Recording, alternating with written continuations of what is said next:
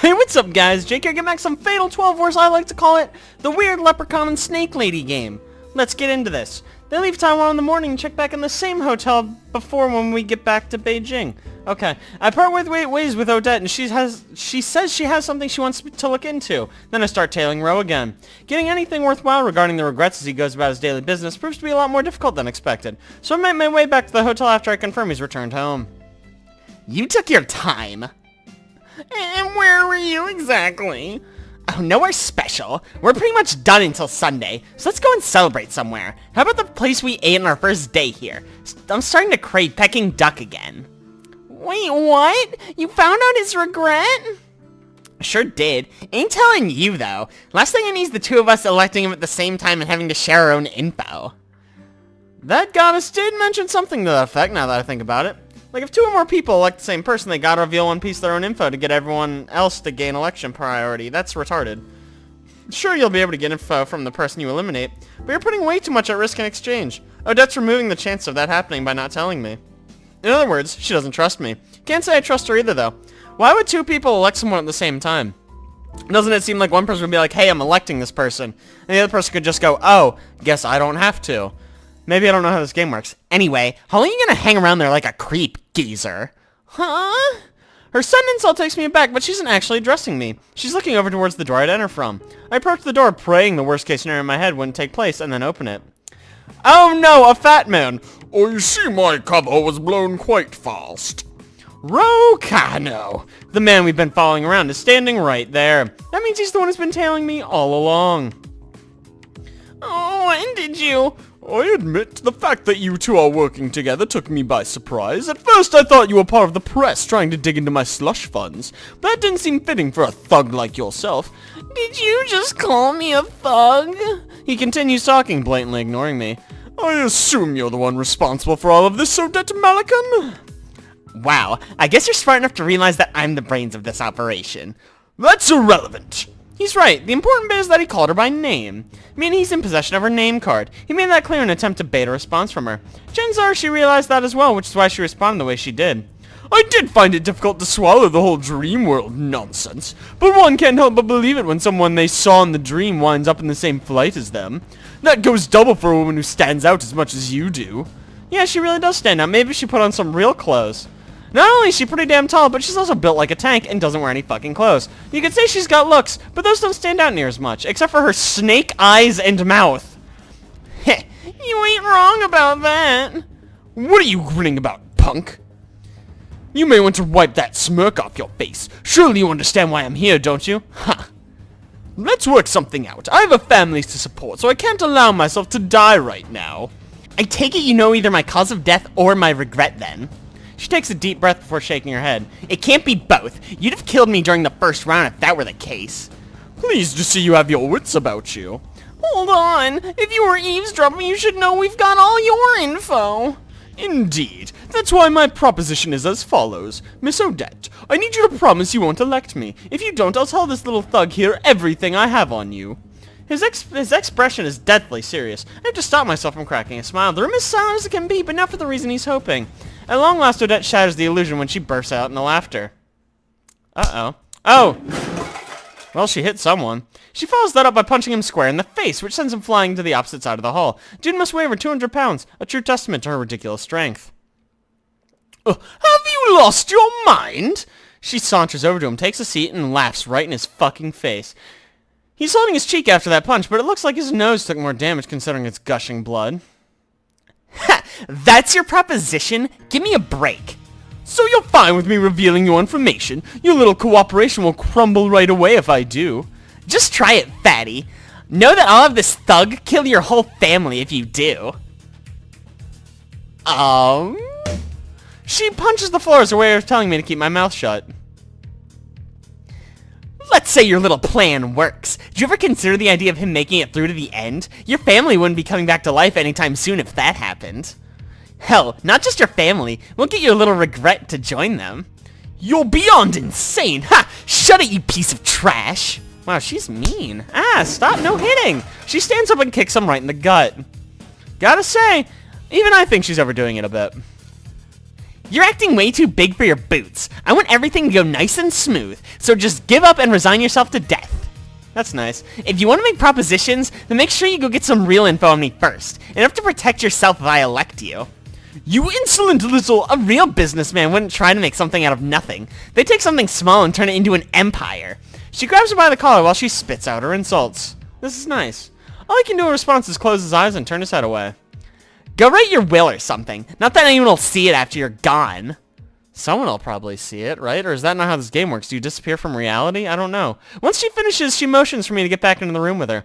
There's plenty I want to call her out on, but the last thing I want to do is go against her will right now, because she'll kill me. It's like I've said before. She's the type of person who tries to ultimately solve everything through violence. And it worked, though. Once we're back in the room, she acts like nothing just happened. Anyway, let's go get some grub. Ryan! This woman really is nuts. The Mafia might do some shady stuff now and then, but we still have some attachment to society's norms, considering we dip our hands in regular business to a certain extent.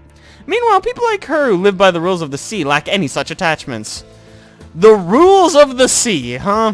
That realization helps to explain why even a mafioso like myself can be surprised by someone's insanity. I hope you guys can't hear those sirens. There's a bunch of sirens outside. Someone was doing crimes. Rose outright vanished by the time we leave the hotel and gone to get some food. I actually feel pretty bad when I think about how he's probably spending what little time he has left with his family. That being said, the fact that I'm here enjoying some food and booze despite it all proves how messed up I am too. Once we've satisfied our stomachs, Odette hits me with a threatening gaze. As opposed to a regular gaze, which is very warm and inviting. Just to be clear, don't you dare try to contact him in secret, you hear me? Why would I do that? If you do, then let's just say I know how to make people wish they were dead. Killing them, probably. She says it's like it's a perfectly acceptable topic to bring up during a meal. Yeah, we'll keep this alliance going till it's just the two of us left, and then you'll kill me. Great, love it. Oh, so now you're gonna act like the head honcho, huh? Oh, come on, you know what I meant. Just don't hit me, okay? I'm gonna go talk to Ro if you do. She'll kill you, dude. Ha! Now that's a sense of humor I can appreciate.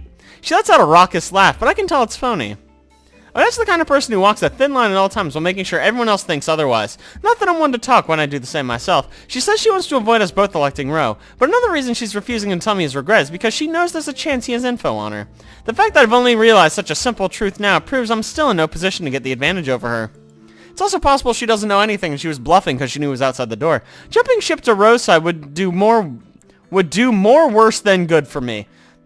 Good English. So basically, I'm best off remaining her ally. Plus, she's crazy and will kill you. Gotta say, it feels great to smack around big guys like him. Should've given him another one for the hell of it. You were enjoying every moment of that, weren't you? Oh, you could tell. Honestly, it's hard to beat the rush you get when you know someone's life is in your hands. You have to be a real dumbass to earn the wrath of someone this insane. Having finished our business, all that's left to do is wait for the second round to start. Please leave these characters. Take me back to the cute high schoolers. Yay! We're back to the cute high schoolers! Whew!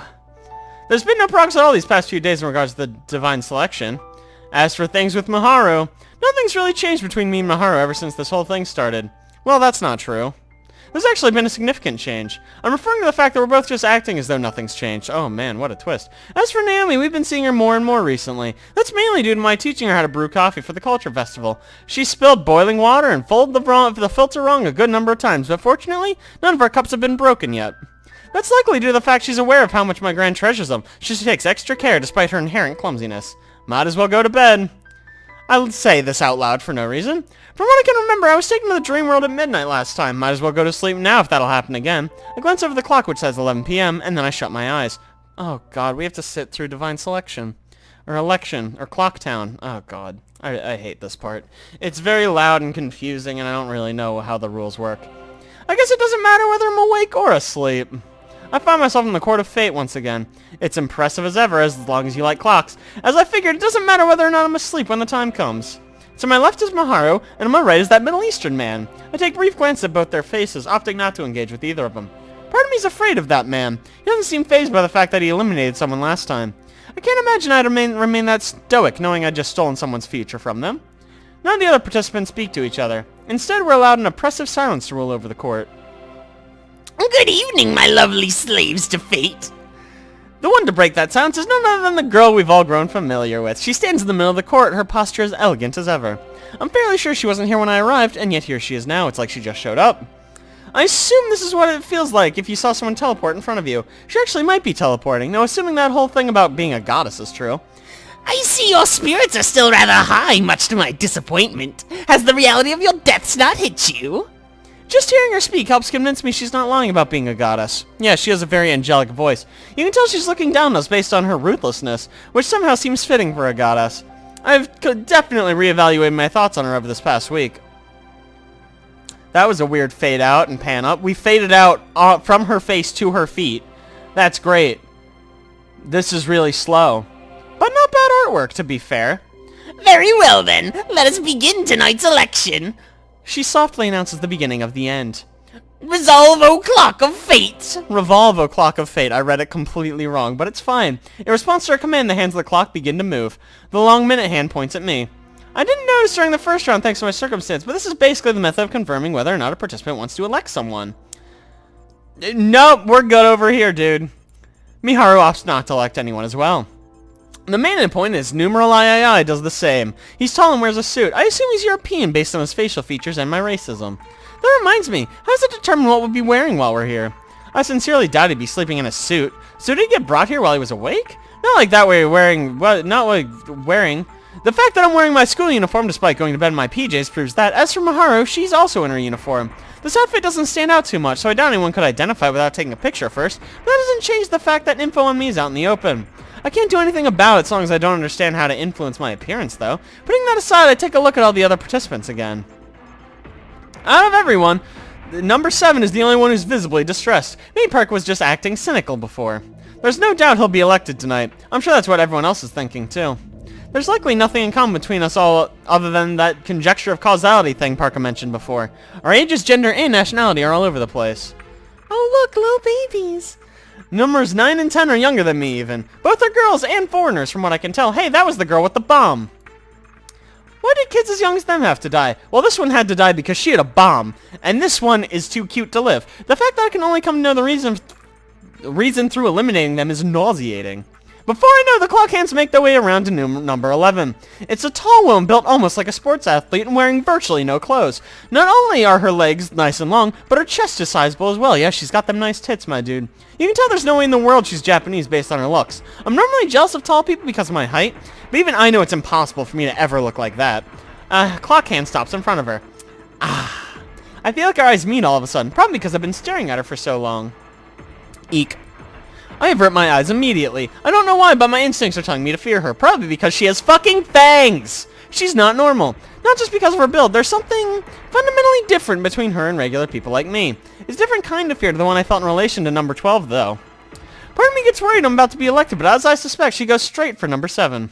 The small hour hand spins to point towards him. The platforms both of them are standing on do emit a loud, odd light. After that, the minute hand shifts to number 12, who simply shakes his head. Looks like he's not electing anyone tonight. Number 11 elects number 7, very well. Parker smiles once the number hand finishes making its way around. That's not the face one should normally make when they know someone's about to be eliminated. She doesn't fucking care. But their platform starts to move and gradually rise above us. Seriously, how is it ever gonna pass that 2 people elect the same person? That's retarded. The same thing happened last time, too. Only one of them will return. I take my eyes off the rising platforms after muttering that. Cool, good talk. It doesn't take long for them to finish. Also, as I suspect, it's the woman who returns. She reports the result to Parker, her expression one of obvious displeasure. I got number 5's name. That damn geezer was a wuss right until the end. Number 5 looks like the oldest of us. He's most likely Japanese. He doesn't react when she mentions that she's learned his name, although he might just be feigning indifference. What is wrong with his face? What the fuck? Like, look at his chin. It's like sunken in, dude. In fact, the woman seems to be more transparent with her emotions than him. She's the complete opposite of number 12 when he elected and eliminated someone. While he displayed no emotion at all, she's openly annoyed, but deep down she seems to be enjoying this. She reminds me of a kid who gets angry when they lose the game, but secretly enjoyed the experience. Tonight's session resulted in 1 elimination. I bid you all farewell for now. I want some more time to observe things here, but Parker brings an end to tonight's round with a moment's hesitation. Unlike the first round, I've come away with this one having learned a lot more. Really, what did we learn? Make a list. Unfortunately, that only serves to give me an even worse feeling about the days to come. We know now that there's a snake lady who's mean. The 2nd week achievement, we're so good. No, not these guys. Okay. Ugh, fine. By the time Odette eliminates Ro, morning has come. I can't remember whether I was awake or asleep when we got taken into the dream world. It's partially due to the fact that I didn't take the time difference between here and Japan into account, but from now on I should make sure to remain more alert on Sundays. Once we've gotten ready to leave, we call on room service to bring us up some brekkie brek. So in the end, what was Ro's regret? Huh, figured you would have known by now. You even mentioned it yourself. I did? I think back to my previous suggestions, albeit without much confidence. So it had something to do with his lover? Oh boy, you really don't have a clue. She gulps down the rest of her Americano before continuing. Gotta say, she really likes espresso based drinks, doesn't she? Dog related. Dog? You don't mean... Yes and no. A dog, but not his lover's. He wanted to raise one, to be there for it as a pup, to become best friends with it as it grows older, and be by its side during its last moments. Sounds mundane, but few people are able to experience something like that. Here's the problem with that. They actually sell puppies. You can buy one. You can go to the puppy store and be like, hello, I would like a puppy, please. And then you have one, and you get to do exactly that. Also, that's a shitty regret. Also, how the fuck did you figure that out? Part of me finds it hard to believe someone can have that much regret over a dog. Oh, come on. Everyone has their own priorities. Ain't it normal to have a pet or two where you're from? Where I'm from, huh? I'm not fond of having to talk about myself, so I try to shift topics. Mind if I know you figured that out? I thought it might be the case when you mentioned his lover had a dog of her own. Did a bit of digging after that and bingo. Turns out his wife has a dog allergy, so no surprise he couldn't own one. She spills every last bean of his personal life after that. His parents, who lived in the countryside, had a dog back when he lived with them during his youth. That dog was killed in a traffic accident, though. That sucks. His family refused to get another pet after that, since the sudden shock that came from losing it was too much for him. And that led to the birth of Ro's great regret. He wished he could have been there for his family's dog's final moments. I can get where he's coming from, but I just can't imagine it turning into your life's biggest regret. Yeah, your regret's gonna be this suit, my dude. It's horrible. She scoffs in response. Believe it or not, but this brute actually has a soft spot for animals. Hell, her ultimate regret might be dog-related as well. Well, you can keep a pet when you're always out to sea. Either way, the discussion moves away from Ro shortly after that. Over the course of his life, he kept too busy and was too financially unstable to own a pet. And once he got married and settled down, he discovered that his wife had allergies. He should have just killed her. Guess we'll never know whether or not he convinced his lover to get a dog because of that, or if he went with her because she already owned one. Hell, she could have just been some lady he hired to look after his secret pet dog. Oh, that's the only one with those answers now. Something probably not important. Oh, what'd the news have to say about him? The goddess said anyone eliminated during divine selection would have the reversal of their deaths undone. Not only that, but any events linked to that period of time would also be undone. See for yourself. She flings her smartphone across the table at me in response. We don't even need to browse the web based on her reaction, so I give a casual glance before the scream before handing it back. 2 weeks ago, an executive for a well-known Chinese corporation suffered a stroke during a meeting and died. Yeah, I guess that sounds about right. Speaking of which, you were taken up above the Court of Fate when you elected Ro, right? What's it like up there? I'm starting to find myself curious about how the election process works. Well, it's a bit of a pain to explain, but I guess it'll be worth it for you to know down the road. She doesn't seem too sure at first, but she decides to take the time to give me a primer. And does a pretty long primer at that, even for someone who talks as much as she does. Oh my god, please don't explain the whole thing.